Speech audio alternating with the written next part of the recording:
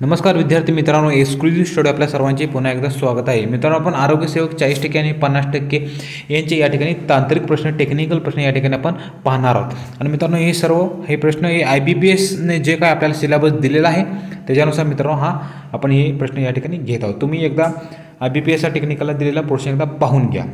चला सुरुवात करूया. पहिला प्रश्न पहा.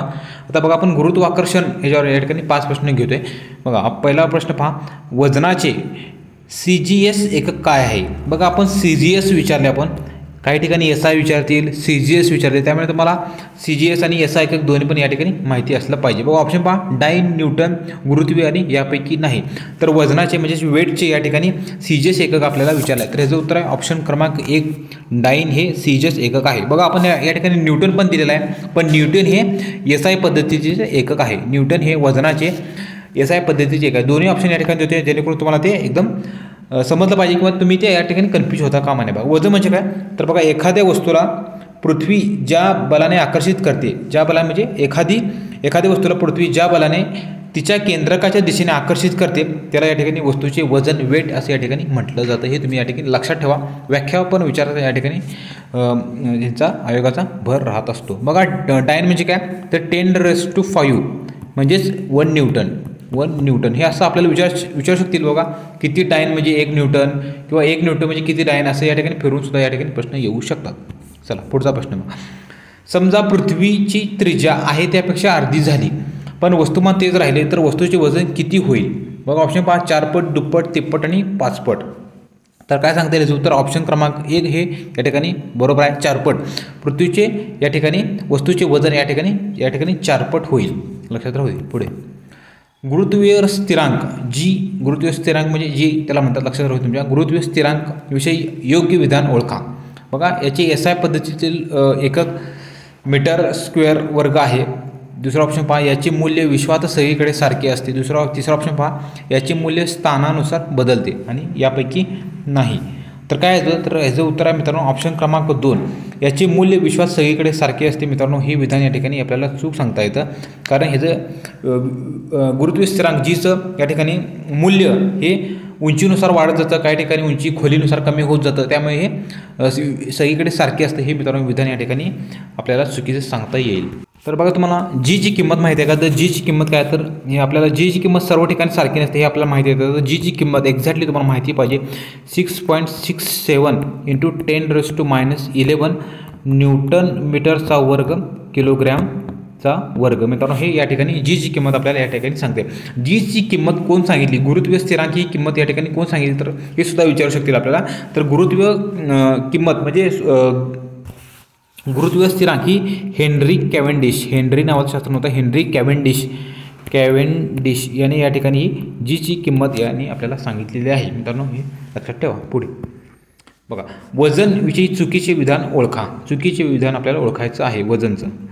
बघा, या राशीला परिमाण आणि दिशा दोन्ही असतात. हे पृथ्वीचे केंद्राशी शून्य होते. हे कधीही शून्य होऊ शकत नाही आणि SI पद्धतीत एकक या ठिकाणी न्यूटन आहे. बघा, वजनचं विचारले, वेटचं मगाशी सांगितल्याप्रमाणे मी तुम्हाला CGS विचारलं होतं, या ठिकाणी SI म्हणते ते SI न्यूटन हे या ठिकाणी बरोबर आहे न्यूटन, त्यामुळे हे तर आपल्याला बरोबर सांगता येईल. त्याचप्रमाणे बघा, या राशीला परिमाण आणि दिशा दोन्ही असतात, म्हणजे या ठिकाणी ही स्केलर क्वांटिटी आहे. बघा, आपल्याला विचारतील स्केलर क्वांटिटी कुठली, व्हेक्टर क्वांटिटी कुठली असं येऊ शकते. त्यामुळे स्केलर क्वांटिटीमध्ये कोणत्या राशी येतात, व्हेक्टर क्वांटिटीमध्ये कोणत्या राशी येतात हे तुम्ही या ठिकाणी करणं गरजेचं आहे. बघा, हे पण बरोबर आहे. आपल्याला चुकीचे विधान विचारले, हे पृथ्वीच्या केंद्राशी शून्य होते, हे पण बरोबर आहे. तर बघा, हे कधी शून्य होऊ शकत नाही, वजन हे शून्य कधी होऊ शकते मित्रांनो, हे जो उत्तर या ठिकाणी आपल्याला चुकीचं आहे. हे कधी शून्य होऊ शकत नाही, हे उदाहरण आपल्याला चुकीचं सांगता येतो. पुढे चला पुढचा प्रश्न. जीचे मूल्य दुप्पट झाले म्हणजे जी म्हणजे काय, तर ग्रॅव्हिटेशन, गुरुत्वाकर्षण याचं मूल्य जर दुप्पट असते तर काय झाले असते. बघा, असे प्रश्न मित्रांनो या ठिकाणी येण्याची शक्यता आहे, कारण बघा, गुरुत्वाकर्षण हा चॅप्टर थोडाफार डिफिकल्ट आहे. म्हणजे कसं, त्यात कारणे द्या वगैरे थोडंफार कन्सेप्च्युअल डेटा भरपूर या ठिकाणी त्याला एक्झाम आपल्याला विचारण्याचा या ठिकाणी स्कोप आहे. त्यामुळे तो मित्रांनो या ठिकाणी थोडेफार आपल्याला ट्रिकी प्रश्न या ठिकाणी तो देऊ शकतो. ऑप्शन पहा एकदा. पृथ्वीचे गुरुत्व त्वरण हे दुप्पट झाले असते ठीक आहे. पुढे पृथ्वीचे गुरुत्व त्वरण हे तिप्पट झाले असते, पृथ्वीचे गुरुत्व त्वरण चौपट झाले असते आणि पृथ्वीचे गुरुत्व त्वरण या ठिकाणी 5 पट झाले असते. तर बघा जीचे मूल्य जर दुप्पट झाले तर काय होईल, तर गुरुत्व त्वरण या ठिकाणी, तर बघा ऑप्शन क्रमांक 1 बरोबर आहे, आपल्याला सांगता येईल पृथ्वीचे गुरुत्व त्वरण या ठिकाणी दुप्पट झाले असते. जीचे मूल्य या ठिकाणी वेगळं असते हे आपल्याला माहितीच आहे. तर जीचे मूल्य दुप्पट झाले असेल तर पृथ्वीचे गुरुत्व त्वरण हे या ठिकाणी दुप्पट झाले असते. हे मित्रांनो उदाहरण बरोबर आहे. पुढे चला बघा आता पुढचा प्रश्न, विद्युतधारेचे परिणाम याच्यावर या ठिकाणी आपण 5 प्रश्न घेतलेले आहेत. बघा गटात न बसणारा शब्द ओळखा. बघा आता तुम्ही लेटेस्ट जर WRDची जर एक्झाम दिली असेल तर त्याच्यामध्ये ऑड मॅन आउट किंवा सहसंबंध ओळखा असे प्रश्न या ठिकाणी तुम्हाला पाहायला मिळालेले असतील. त्यामुळे असेच प्रश्न मित्रांनो, एखाद दुसरा प्रश्न जरी आपला IBPS आरोग्य सेवक या घटकामध्ये जर आला तर मित्रांनो आपण जे सांगतोय त्याच्यामध्ये थोडंफार या ठिकाणी तथ्य आहे असं तुम्हाला या ठिकाणी तुम्ही म्हणू शकता. त्यामुळे मित्रांनो अशा सुद्धा प्रश्नाची तुम्ही तयारी करा, कारण आपली एकदम शिफ्ट वाईज चालणार आहे. एखाद दुसरा जरी शिफ्ट आला तरी आपल्याला या ठिकाणी फायदा होईल. तर बघा गटात न बसणार म्हणजे काय, वितळतार, MCB, रबरी, मोजे आणि जनित्र. तर बघा ह्याचं उत्तर आहे ऑप्शन क्रमांक 4 सांगता येईल आपल्याला जनित्र. जनित्र हे आपल्याला वेगळं सांगता येईल. तर बघा जनित्रच का, तर विद्युत जनित्र म्हणजे काय, जनरेटर आहे तुम्हाला माहीत आहे. तर याचं कार्य कशानुसार चालतं, तर फ्लेमिंगच्या उजव्या हाताचा नियम, हे जनित्र आहे ना हे फ्लेमिंगच्या उजव्या हाताचा नियमानुसार याचं हे कार्य चालतं. हे पण तुमच्या लक्षात राहू दे, फ्लेमिंगचा उजव्या हाताचा नियम हे पण लक्षात ठेवा तुम्ही. ह्याच्यानुसार या ठिकाणी ह्याचं कार्य चालतं जनित्रचं. ह्याचं काय, तर हे उपकरण नाही कसलं, तर यांत्रिक ऊर्जेचे विद्युत ऊर्जेमध्ये ह्या जनरेटरचं या ठिकाणी त्याला उपयोग केला जातो. कसं, तर यांत्रिक ऊर्जेचे विद्युत ऊर्जेमध्ये रूपांतरचं केलं जातं. म्हणून हा गटात न बसणारा वेगळा घटक आपल्याला सांगता येईल. फक्त लक्षात ठेवा जनित्र म्हणजे जनरेटर हे फ्लेमिंगच्या उजव्या हाताचा नियमाचं या ठिकाणी उदाहरण असा सुद्धा प्रश्न येईल आपल्याला. त्यामुळे तुम्ही सर्व दृष्टीने तयार राहायचं आहे. पुढचा प्रश्न, ओहममध्ये व्यक्त केली जाणारी भौतिक राशी कोणती. बघा हा प्रश्न त्याला सोपा सुद्धा आपल्याला देता आला असता. जसं कसं की बघा ओहमची भौतिक राशी सांगा, पण थोडंफार ट्रिकी किंवा तुम्हाला लगेच कन्फ्युजन व्हावं तुम्ही, म्हणून थोडंफार या ठिकाणी आपण वेगळ्या पद्धतीने देत असतो. बघा ओहममध्ये व्यक्त केलेलं ऑप्शन पहा, इलेक्ट्रॉन, विद्युत धारा, विद्युत रोध आणि विद्युत विभवांतर. बघा तुम्ही मराठी नावच आहेत, या ठिकाणी इंग्लिश नाव पण दिलेलं नाही, पण एक्झाममध्ये आपल्याला माहीत आहे की बाबा एखाद्या प्रश्नाचं ते भाषांतर आपल्याला मराठी समज नाही तर इंग्लिश ते आपण पाहू शकतो. त्यामुळे तुम्हाला ते लगेच समजून येईल. त्यामुळे इथं जर चुकलं तर काय टेन्शन घेऊ नका. तिथे तुम्ही या ठिकाणी तिथे तुम्ही ते करेक्ट तुम्ही ऑप्शनला क्लिक करा. तर ह्याचं उत्तर आहे ऑप्शन क्रमांक 3 विद्युत रोध हे रेजिस्टन्स हे या ठिकाणी ओहमचा आपल्याला या ठिकाणी भौतिक राशी सांगता येईल. लक्षात राहू दे तुमच्या. पुढे वॅटमध्ये व्यक्त केली जाणारी भौतिक राशी कोणती. बघा कार्य व ऊर्जा, शक्ती, विद्युत ऊर्जा, विद्युत रोध. हे जे उत्तर आहे ऑप्शन क्रमांक 2 शक्ती, पॉवर. हे या ठिकाणी वॅटचं आपल्याला उदाहरण सांगता येईल. बघा असे प्रश्न सोपे येणार आहेत, पण थोडेफार प्रश्न जे ट्रिकी येतील तिथंच तुमचं या ठिकाणी मेरिट ठरणार आहे. त्यामुळे ते प्रश्न या ठिकाणी तुम्ही चुकू नका. पुढचा, विद्युत विभवांतर पोटेन्शियल मोजण्याचे उपकरण खालीपैकी कोणते आहे. बघा व्होल्टमीटर, ॲमीटर, नायक्रोम आणि ओहम. तर बघा हे जो सोपा आहे, तर जर ऑप्शन क्रमांक 1 सांगता येईल आपल्याला व्होल्टमीटर. हे जे हे विभवांतर पोटेन्शियल मोजण्याचे एकक आहे. पुढे बघा विद्युत दिव्यामधील तारेचे कुंतल तयार करण्यासाठी वापरण्यात येणारा धातू कोणता. बघा विद्युत दिवा माहिती आहे आपला जो जे विद्युत दिवा असतो आपल्या घरातला बल्बमध्ये, त्याचे तारेचे कुंतल विचारले, त्याचे कोणता धातू वापरतात. कथील, शिसे, टंगस्टन आणि ओरिस्टेड. तर याचं उत्तर आहे ऑप्शन क्रमांक 3 टंगस्टन हे याचं उत्तर आहे ऑप्शन क्रमांक 3. बऱ्याच वेळेला प्रश्न आलेले सुद्धा आहे, तुम्हाला माहिती पण आहे, त्यामुळे याचं उत्तर लक्षात राहू दे. पुढे बघा आपत्ती व्यवस्थापन, याच्यावर आपण या ठिकाणी 5 प्रश्न. बघा ह्या घटकाकडे तुमचं दुर्लक्ष होईल. आपत्ती व्यवस्थापन, स्पेस मिशन आणि पर्यावरण हे मित्रांनो तुम्ही जास्तीत जास्त चालू घडामोडी रिलेटेड तुम्ही या ठिकाणी अभ्यास करा. मी पहिल्यापासून सांगत आलेलो आहे ते तुम्ही या ठिकाणी. काही विद्यार्थी मित्र आपल्याबरोबर कंपल्सरी जे आपले व्हिडिओ टाकलं तर बघत राहतात, ते आपल्याबरोबर आहेत, त्यांना माहिती आहे की अशा घटकाचा अभ्यास कसा करायचा आहे. फॅक्च्युअल डेटा कमी आणि करंट रिलेटेड हे प्रश्न जास्त येऊ शकतात. बघा पहिला प्रश्न बघा, राष्ट्रीय आपत्ती प्रतिसाद दलाचे मुख्य कार्यालय कोठे आहे. मुख्य कार्यालयाचे म्हणजे मुख्यालय कुठे आहे, दिल्ली, डेहराडून, मुंबई आणि पुणे. बघा राष्ट्रीय आपत्ती म्हटलं की लगेच लक्षात यायला पाहिजे कार्यालय कुठे असणार आहे. या ठिकाणी ऑप्शन क्रमांक 1 दिल्लीला असणार आहे. हे थोडंफार तुम्हाला समजून जाईल लगेच. पुढे बघा माळिनी दुर्घटना ही कोणत्या कारणामुळे घडली. भूकंप, चक्रीवादळामुळे, भूस्खलन आणि उल्कापातामुळे. मग ऑप्शन एलिमिनेट करा शका. उल्कापाता आपल्याकडे शक्य नाही, त्यामुळे हे करा. 3 तुम्हाला या ठिकाणी तुम्हाला कन्फ्यूज होईल. भूकंप येऊ शकतो, चक्रीवादळ पण येऊ शकतो आणि भूस्खलन. तर मित्रांनो प्रामुख्याने ही माळिनी दुर्घटना ही या ठिकाणी भूस्खलनामुळे घडलेली आहे. तुम्ही मला कमेंट बॉक्समध्ये द्यायचं ही माळिनी दुर्घटना कोणत्या जिल्ह्यात घडली. माळिनी दुर्घटना 12व्या प्रश्नाचं उत्तर ही कोणत्या जिल्ह्यात घडलं, माळीण दुर्घटना कोणत्या जिल्ह्यात घडलेली आहे तुम्हाला कमेंट बॉक्समध्ये सांगायचं आहे. सोपा प्रश्न आहे, बऱ्याच जणांना माहिती पण आहे त्याचं उत्तर. पुढे, मोठ्या प्रमाणावर पिकावर पडलेली टोळधाड या आपत्तीचा परिणाम होतो. बघा, टोळधाड विचारले आपल्याला तर कोणती आपत्ती ही सामाजिक आहे, आर्थिक व्यवस्थेवर आहे, वैद्यकीय व्यवस्थेवर आणि राजकीय घडामोडी. बघा, काही इरिलेव्हंट सुद्धा ऑप्शन तुम्हाला पाहायला मिळतील, त्यामुळे तुम्ही कन्फ्यूज होऊ नका. तर राजकीय घडामोडी काही संबंध नाही आहे, एलिमेंट लगेच करू नका. वैद्यकीय व्यवस्था पण काही संबंध नाही, राहतात कुठलं तर सामाजिक आणि आर्थिक व्यवस्था. तर ह्याचं उत्तर आहे ऑप्शन क्रमांक 2, टोळधाड पिकावर पडली तर ही आर्थिक व्यवस्थेवर याचा या ठिकाणी परिणाम होतो, त्यामुळे ऑप्शन क्रमांक 2 डेफिनेटली बरोबर आहे. पुढे, ज्वालामुखी ही कोणत्या प्रकारची आपत्ती म्हणून ओळखली जाते. बघा, ज्वालामुखी विचारले आपल्याला ही, कारण आपत्तीचा प्रश्न आहे हा. भूशास्त्रीय, भूगर्भीय, खगोलशास्त्रीय आणि जैविक आणि मानव निर्मित. तर बघा, हे बघा मानवनिर्मित एलिमेंट करून टाका, जैविक लगेच तुम्ही कन्फ्यूज एलिमेंट करून टाका. राहतात कुठले भूगर्भशास्त्रीय, भूगर्भीय आणि खगोलशास्त्रीय. खगोलशास्त्रीय पण काही संबंध नाही, तर ऑप्शन क्रमांक एकच राहतो, भूशास्त्रीय आणि भूगर्भीय. ऑप्शन क्रमांक बरोबर आहे. पुढे बघा, टोळधाड ही कोणत्या प्रकारची आपत्ती म्हणून ओळखली जाते. प्राणीजन्य, कीटकजन्य, वातावरणीय आणि वनस्पतीजन्य. तर टोळधाड ही या ठिकाणी कीटकजन्य एक प्रकारची या ठिकाणी आपत्ती आहे. टोळधाड बऱ्याच ठिकाणी तुम्ही ऐकलं असणार आहे. उत्तर भारतात प्रामुख्याने ती सर्वात जास्त टोळधाड येते. ही टोळधाड ही मित्रांनो उत्तर भारतामध्ये पंजाब, हरियाणा, उत्तर प्रदेशचा पश्चिम भाग ह्याच्यावर या ठिकाणी टोळधाड ही या ठिकाणी बऱ्याच वेळेला आपल्याला दिसून येते. त्याचप्रमाणे आपल्या महाराष्ट्रामध्ये विदर्भ किंवा उत्तर महाराष्ट्रामध्ये टोळधाड आलेली आपल्याला पाहायला मिळू शकते. ऑप्शन क्रमांक 2 बरोबर आहे. पुढचा प्रश्न बघा, सजीवतेतील जीवन प्रक्रिया ह्याच्यावर मित्रांनो 5 प्रश्न. बघा, तुम्हाला एक सांगायचं आपल्याला, आपलं जे यूट्यूब चॅनल आहे त्याच्यामध्ये बघा आपले आरोग्य सेवक, जर तुम्ही जर आपलं प्लेलिस्ट जर चेक केला त्याच्यावर मित्रांनो 100+ व्हिडिओ तुम्हाला फक्त आणि फक्त आरोग्य सेवक या घटकावर मित्रांनो या ठिकाणी पाहायला मिळतील. मग बाकीचे पण यूट्यूब चॅनल आहेत त्याच्यामध्ये सगळं मिक्स आहे, पण आपण पहिल्यापासून आरोग्य सेवक 40 प्रश्न जे टेक्निकल आहेत ते मित्रांनो 100+ व्हिडिओ आपण या ठिकाणी आपण बनवून क्रिएट करून या ठिकाणी प्लेलिस्ट ठेवले. तुम्ही एकदा चेक करून बघा. तुम्ही जर नवीन असाल तर आपलं चॅनल जरूर सबस्क्राईब करा आणि आपलं चॅनल लाईक करा, व्हिडिओ लाईक करा आणि शेअर करा. पुढचा प्रश्न, वनस्पतीच्या हरित लवकांमध्ये आढळणारे कोणते विकर हे निसर्गात सर्वात जास्त आढळणारे प्रथिन होय.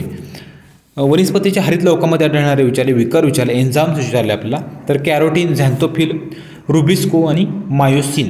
तर काय याचं उत्तर ऑप्शन क्रमांक 3 सांगता येईल, रुबिस्को हे आढळणारे प्रथिन होय. ऑप्शन क्रमांक 3 हे याचं उत्तर बरोबर आहे, रुबिस्को. पुढचा प्रश्न, त्वचेमध्ये कोणत्या प्रकारचे अमिनो आम्ल असते. त्वचेमध्ये विचारले, प्रतिपिंड, ॲक्टिन, ऑर्स्क्रीन आणि मेलॅनिन. तर मित्रांनो याचं उत्तर आहे ऑप्शन क्रमांक 4. त्वचामध्ये हे मेलॅनिन हा घटक असतो, त्याचं उत्तर ऑप्शन क्रमांक 4 हे बरोबर आहे. पुढचा प्रश्न, डॉटच्या रेणूवर ट्रायकार्बोझिलिक आम्लचक्र ही चक्रीय प्रक्रिया राबवली जाते. तर कशामध्ये राबवली जाते. पायरुव्हिक, NADH2, ॲसिटिक कोएन्झाम A आणि FADH2. तर काय होतं ऑप्शन क्रमांक 3 ॲसिटिक कोएन्झाम A हा घटक आहे, त्याच्यामध्ये ट्रायकार्बोझिलिक आम्लचक्र ही प्रक्रिया या ठिकाणी राबवली जाते. ऑप्शन क्रमांक 3 हे बरोबर आहे. पुढे, पेशी स्तरावर श्वसन प्रक्रियेत डॉटचे टप्प्याटप्प्याने ऑक्सिडीकरण केले जाते. पेशी स्तरावर विचारले आपल्याला, ग्लुकोजचे, प्रथिनांचे, स्निग्ध पदार्थांचे आणि क्षारांचे. तर कशाचे केलं तर ऑप्शन क्रमांक ग्लुकोजचे टप्प्याटप्प्याने ऑक्सिडीकरण केले जाते. बघा, असे सोपे जे 1 लाईनर प्रश्न आहेत. हे प्रश्न मित्रांनो सर्व तुम्हाला 10वीच्या स्टेट बोर्डमध्ये पाहायला मिळतील. 10वीच्या स्टेट बोर्डमध्ये आपण या ठिकाणी as it is line to line या ठिकाणी कॉपी करून या ठिकाणी त्याचं आपण हे प्रश्न तयार केलेला आहे. जर तुम्ही डायरेक्ट वाचायला लागला तर तुम्हाला समजणार नाही काय वाचू काय नाही. फक्त तुम्ही मी काय महत्त्वाचे जे त्याचे नोट्स काढलेले आहेत त्याच्यातच मित्रांनो हे या ठिकाणी प्रश्न घेत आहे. वेगळं काही नाही आहे, माझ्या मनात काही नाही आहे, फक्त हे स्टेट बोर्डाला किंवा झालेले प्रश्न आहेत ह्याच्यातच मित्रांनो हे केलं आहे, जेणेकरून तुमचा सराव व्हावा म्हणून. कारण तुमचा अभ्यास बऱ्यापैकी झालेला आहे, थोडंफार तुम्हाला रिव्हिजन करायचं त्यात हे आपल्या प्रश्नाच्या माध्यमातून या ठिकाणी होत असतं. चला पुढचा प्रश्न, अनुकूल परिस्थितीत बीजाणूपासून रोपटे तयार होताना बीजामधील डॉटचा वापर करून युग्मजनाची वाढ होते. कशाची. अंडाशय, बीजांडे, भ्रूणपोष आणि आदी मूळ. तर याचं उत्तर ऑप्शन क्रमांक 3 भ्रूणपोष आपल्याला सांगता येईल. ऑप्शन क्रमांक 3 हे बरोबर आहे. आता आरोग्यावर 5 प्रश्न बघा. आरोग्यावर म्हणजे काय, तुम्ही जुन्या पद्धतीनं अभ्यास केलेला आरोग्य सेवकाचा आपला पोर्शन या IBPSनं डिक्लेअर करायच्या अगोदर जे काय जुन्या पद्धतीनं एक्झाम होत होती 2020पर्यंत, त्याच्यातले मित्रांनो हे प्रश्न आहेत. अतिसाराचा आजार बरा करण्यासाठी तोंडावाटे जलसंजीवनी ORS घेणे आवश्यक असते. तसेच हा आजार पुन्हा पुन्हा होऊ नये म्हणून खालीपैकी कोणता घटक देणे आवश्यक आहे. प्रश्न पहा, ऑप्शन पहा, zinc supplement, calcium supplement, sodium supplement आणि आयोडीन. तर काय होतं, ऑप्शन क्रमांक 1 सांगता येईल झिंक सप्लिमेंट हे घेणे आवश्यक आहे. बघा सगळेच घटक आहेत, फक्त झिंक सप्लिमेंट पुन्हा पुन्हा या ठिकाणी घेणं आवश्यक आहे, अतिसारासाठी उपयोग आहे. पुढे प्रजनन व बाल आरोग्य कार्यक्रमचा प्रमुख उद्देश कोणता. बघा हा थोडाफार प्रॅक्च्युअल प्रश्न आहे, ते जे की तुम्हाला आलं पाहिजे. तर प्रजनन बाल आरोग्य विचारते. माता मृत्यूदर कमी करणे, बघा पॉझिटिव्ह स्टेटमेंट आहे, बरोबर आहे. बालमृत्यू कमी करणे हे पण बरोबर आहे, आणि एकूण जन्मदर कमी करणे हे पण मित्रांनो पॉझिटिव्ह आपल्याला स्टेटमेंट सांगते. त्यामुळे वरीलपैकी सर्व हे प्रमुख उद्देश आहेत. पुढचा प्रश्न, जर मुलीला स्कर्वी हा रोग झाला असल्यास तिच्या आहारात कशाची कमतरता दिसून येते. तर स्कर्वी रोग माहिती आहे आपल्याला, व्हिटॅमिन सीच्या कमतरतेमुळे स्कर्वी रोग होतो. तर हे पण तुम्हाला लक्षात आलं पाहिजे. तर तिच्या आहारात कशाची कमतरता दिसून येते. मेदद्रव्य, लोह, कर्बोदक आणि जीवनसत्व क. बघा हे दिलेच आहे मी, ऑप्शन क्रमांक जीवनसत्व क च्या ॲस्कॉर्बिक आम्लच्या कमतरतेमुळे, व्हिटॅमिन सीच्या कमतरतेमुळे या ठिकाणी स्कर्वी हा रोग होतो. मुलीच होत आहे, कोणाला पण होऊ शकतो, पण आपण असं दिलेलं आहे. हा प्रश्न आपण ह्याच्यातनं कॉपी केलेला आहे. 2020ला जी अनुसूचित जमातीसाठी जी पेपर झाली होती त्याच्यामधला आपण या ठिकाणी हा प्रश्न घेतलेला आहे. पुढे इबोला या रोगाची विषाणू सर्वप्रथम कधी आढळून येईल. बघा एखाद दुसरा प्रश्न डेफिनेटली हा आता जे रोग आले इबोला, निपाह वगैरे वेगळ्या प्रकारचे रोग येत आहेत त्यांचे मित्रांनो एक्झॅक्टली तुम्हाला साल विचारणार म्हणजे विचारणार. त्यामुळे तुम्ही ते साल तुम्हाला एक्झॅक्टली पाठ पाहिजे. तर काय इबोला कुठं आला, तर सर्वप्रथम मित्रांनो इबोला ऑप्शन क्रमांक 2 सांगतील आपला 1976 साली इबोला हा आपल्याला व्हिडिओ आढळून आलेला आहे. इबोला हाचा विषाणू आहे, लक्षात राहते 1976. पुढे पेंटाव्हॅलेंट या लसीचा खालीपैकी कोणत्या रोगावर उपयोग होतो. पेंटाव्हॅलेंट लस विचारले आपल्याला, पेंटाव्हॅलेंट. तर याचं डायरेक्ट उत्तर सांगतो आम्ही. तर याचं उत्तर आम्ही ऑप्शन क्रमांक 1 पहिले दिले. बघा डांगे खोकला, घटसर्प, धनुर्वात, हेपेटायटिस B आणि हिमोफिलस इन्फ्लुएन्झा B. बघा हे इथं पण हेपेटायटिस Bच आहे आणि इन्फ्लुएन्झा B दोन्ही पण या ठिकाणी ते दिले जेणेकरून तुम्हाला ते लक्षात यावं. बघा पेंटाव्हॅलेंट लस महत्त्वाची आहे, 5 रोगावर असणारी. हे मित्रांनो ह्याच्यावर हे 5 जे काय रोग आहेत त्याच्या ही लस मित्रांनो लक्षात ठेवा तुम्ही. पुढे प्राण्यांची वर्गीकरण 5 प्रश्न डेफिनेटली प्रश्न येणार नाही. जे काही दिलेलं आहे ना त्यांनी मित्रांनो त्याचा प्रश्न येतो म्हणजे येतोच. कारण बघा आत्तापर्यंत इतिहास आहे, ज्याला ज्यावेळेला जी कुठली कंपनी एक्झाम घेणार असते आणि त्याचा एक्झाम जे काही त्यांनी पोर्शन डिक्लेअर केलेला असतो तर त्या घटकावर प्रश्न येतो म्हणजे येतो. जे काही आपल्या आता विद्यार्थी मित्रांनी जे एक्झाम दिलेलं आहे त्यांना मित्रांनो जाणीव झाली असेल की पहिला वाटलं होतं असं काय येणार नाही, पण बघा आता लेटेस्ट WID परीक्षा झाली त्याच्यामध्ये बघा त्यांनी जे काही घटक दिले त्या प्रत्येक घटकावर त्यांनी किमान 1-2 प्रश्न या ठिकाणी विचारलेले आहेत. त्यामुळे तुम्ही गाफील राहू नका, बाबा ह्याच्यावर प्रश्न येणार नाही त्याच्यावर येणार असं काही नाही. प्रश्न प्रत्येक घटकावर येणार म्हणजे येणार, फक्त तुम्ही एकदा पोर्शन एकदा पाहून घ्या. पुढे ऑक्टोपस हा सजीव कोणत्या विभागात मोडतो. ऑक्टोपस विचारूया, संधिपात, वलई, असमपृष्ठरज्जू आणि कंटक चर्मी प्राणी. तर काय होतं उत्तर, हा ऑक्टोपस हा आहे ना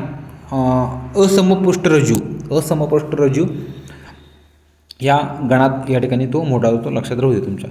पुढे गांडूळ हा संघ कोणता आहे. संधिपात, वलई, समपृष्ठरज्जू आणि कंटक चर्मी. बघा या ठिकाणी मराठी मी दिलेला आहे, आपल्याला तिथं भाषांतराची इंग्लिशमध्ये तात्काळ प्रश्न पाहण्याची सोय असते त्यामुळे तिकडे तुम्ही पाहू शकता. आता बघा हे मराठीमध्ये लगेच समजणार नाही. संधिपात, ऑर्थोपोडा, वलई, ॲनिलेंडा आपल्याला हे असे सिमेट्री, कंटकचे मासे लगेच इंग्लिश नावं लक्षात ठेवायची आपल्याला सवय असते, तीच लक्षात ठेवा. पण चांगली पद्धत आहे ती, कारण लगेच ते लक्षात येईल, मराठी कन्फ्यूज होतं. तर गांडूळ हा वलई म्हणजेच ॲनिलिंडा गटात मोडणारा या ठिकाणी प्राणी आहे. ऑप्शन क्रमांक 2 बरोबर आहे. पुढे प्राण्यांचे शरीर कशापासून तयार झालेले आहे. बघा पेशीपासून, ऑस्टिमस, कंटिका आणि प्लॅनेरिया. बघा अतिशय सोपा प्रश्न होता. प्राण्यांचे शरीर हे पेशीपासून तयार झाले आहे, सर्वांना माहिती आहे. ऑप्शन क्रमांक 1 बरोबर आहे. पुढचा प्रश्न पहा, रॉबर्ट विटाकर पाहिजे. तर रॉबर्ट विटाकरच्या पंचसृष्टी पद्धतीनुसार फक्त सर्व बहुपेशीय, बघा फक्त सर्व बहुपेशीय प्राण्यांचा समावेश कशामध्ये केला जातो. बघा पंचसृष्टी प्राणी पद्धती जी कोणाची असं सुद्धा प्रश्न येऊ शकेल. तर रॉबर्ट विटाकर यांची त्यांनी पंचसृष्टी वर्गीकरणाची पद्धत मांडली होती, हे तुम्ही या ठिकाणी लक्षात ठेवा. तर त्याच्यामध्ये कोणत्या बहुपेशीय प्राण्याचा समावेश केला आहे असे आपल्याला प्रश्न आहे. तर बघा प्राणीसृष्टी, पंचसृष्टी, असमपृष्ठरज्जू आणि समपृष्ठरज्जू. तर काय रॉबर्ट विटाकर यांनी या ठिकाणी प्राणीसृष्टीचे वर्गीकरण 5 गटामध्ये केलेलं आहे. प्राणीसृष्टी लक्षात राहू दे, तुमच्या ऑप्शन क्रमांक 1 बरोबर आहे. रॉबर्ट विटाकर यांची प्राणीसृष्टी पद्धत लक्षात ठेवा. पुढे बघा गटात न बसणारा शब्द आला, उभयचर, सरीसृप, पक्षी आणि सॅप्लोकॉर्डाटा. तर काय जो तर ऑप्शन क्रमांक 4 सॅप्लोकॉर्डाटा. सॅप्लोकॉर्डाटा हा आपल्याला वेगळा सांगता येईल, ऑप्शन क्रमांक 4. तर बघा सॅप्लोकॉर्डाटा वेगळा का सांगता येईल, तर बघा हे उभयचर, सरीसृप, पक्षी हे सर्व मित्रांनो पृष्ठवंशी प्राणी म्हणजेच काय व्हर्टिब्रेटा संघात येतात आणि सॅप्लोकॉर्डाटा मात्र हा समपृष्ठरज्जू मध्ये या ठिकाणी त्याचा समावेश होतो, म्हणून हा या ठिकाणी वेगळा घटक आहे. पुढे उष्णता, हीट, याच्यावर या ठिकाणी 5 प्रश्न. हवेतील पाण्याचे प्रमाण ज्या राशींच्या साहाय्याने मोजले जाते त्याला काय म्हणतात? निरपेक्ष आर्द्रता, विशिष्ट उष्माधारकता, अप्रकट उष्मा आणि यापैकी नाही. तर याचं उत्तर आहे ऑप्शन क्रमांक 1 निरपेक्ष आर्द्रता. हवेतील पाण्याचे प्रमाण ज्या राशीच्या साहाय्याने, राशी विचारल्या हवेतील पाण्याचे प्रमाण ती कोणत्या राशीच्या साहाय्याने मोजली जाते, तर निरपेक्ष आर्द्रता ऑप्शन क्रमांक 1 बरोबर आहे. पुढचा प्रश्न, पदार्थाचे द्रवणात रूपांतर होत असताना पदार्थातील अप्रकट उष्मा काय केला जातो? त्यातला आत घेतला जातो, इथं आत पाहिजे तर आत घेतला जातो, बाहेर टाकला जातो, स्थिर ठेवला जातो आणि वरीलपैकी नाही. तर याचं उत्तर आहे या ठिकाणी पदार्थाचे द्रवणात रूपांतर होत असताना त्यातली अप्रकट उष्मा जो असतो त्याच्यामध्ये तो हा बाहेर टाकला जातो, ऑप्शन क्रमांक 2 बरोबर आहे. बघा तांब्याच्या गोळ्याचे तापमान 100 डिग्री सेल्सिअस असल्यास मिश्रणाचे जास्तीत जास्त तापमान किती होईल?